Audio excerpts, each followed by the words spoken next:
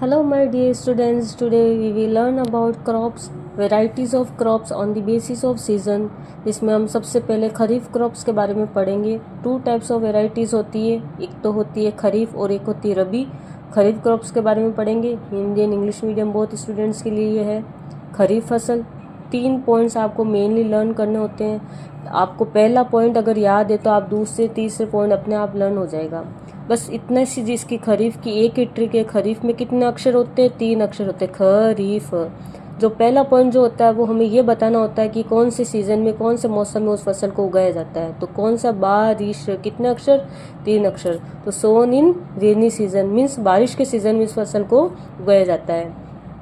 दूसरा पॉइंट आता है सीज़न। ये जो बारिश का सीज़न होता है वो कब शुरू होता है? अगर हमें ऐसे समझ में नहीं आता तो बस इतना ध्यान रखिए कि जैसे आप स्कूल ओपन होती है, गर्मी की छुट्टियाँ के बाद में स्कूल ओपन होती है तो किसकी पढ़ाई की बारिश शुरू हो जाती है? जो जून से शुरू होती है पढ़ाई की बारिश, जून जुलाई से, और कब तक चलती है? सितंबर तक, जब तक फर्स्ट या सेकंड टेस्ट चलते हैं।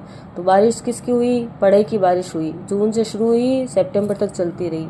एग्जाम्पल खरीफ के लर्न करने तो आप ये याद रखो कि आप बारिश में क्या क्या चीज़ें ज़्यादा खाते हो। क्या खाते हो? मक्का खाते हो तो मेज़ तो 100% आएगा।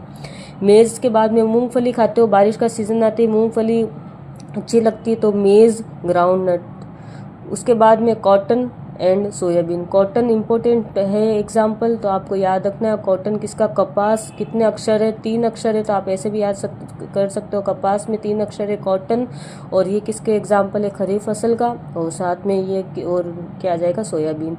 एग्जाम में अगर खरीफ क्रॉप्स के बारे में लिखने के लिए बोला जाए तो आप कोई भी 2 एग्जाम्पल लिख सकते हो। Thank you.